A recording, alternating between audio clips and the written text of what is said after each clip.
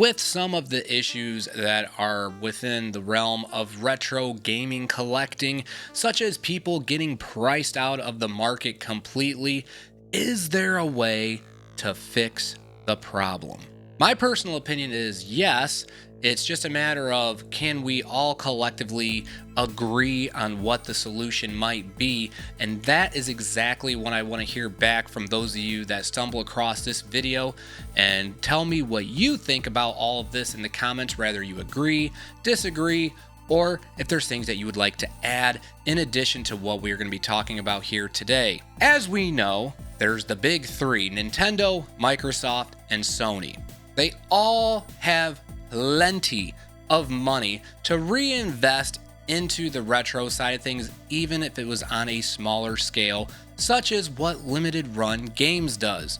So the question begs, what exactly could they do? Well, this is my opinion, and again, I want to hear back from you all as to what your thoughts are on this. So I think they could easily do something that, like a voting system, so to speak. So say each month, they have the whole catalog of games of whatever console that they're going to be reprinting for, and we all vote. We get X amount of votes for whatever we're trying to do, and then say 10 games are the ones that get printed. So the top 10 games that get voted on, those are the ones that are going to go into production, and then we can place pre-orders for all of those, and then, we could acquire them that way. And I'm not saying remaster, just a literal reprint. So that being said, of course, if that were to get adopted, there should be like some sort of like rather it be a cap based off of what they think they want to press, or just base it solely off of the pre-orders and say however many pre-orders comes in, that's how many we're going to press, and then that'll be it for this, run or whatever. Because there should be like some sort of a cooldown period, so that way it's not just the same games getting voted on every single month.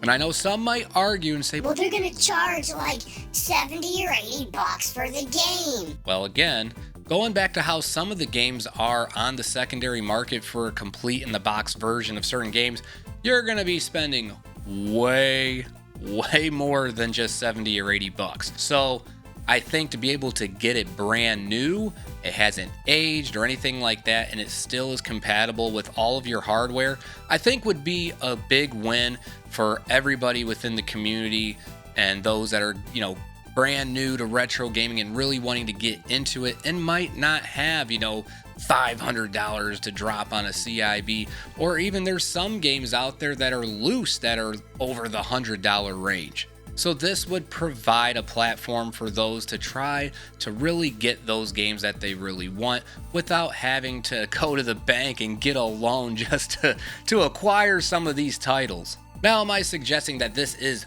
the best idea? No.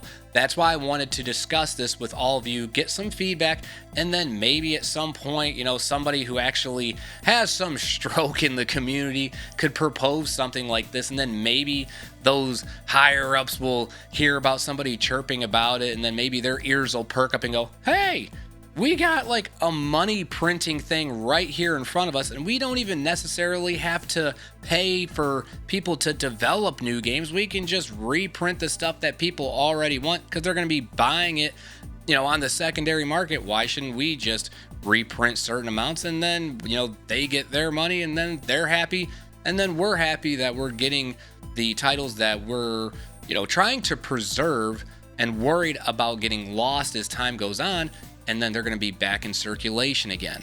But that is all I had for this discussion. Again, this was just something that was in my head and I've been wanting to talk about for a while and just haven't gotten to it. So let me know what you all think about this in the comments below, and then I'll be seeing you in the next video.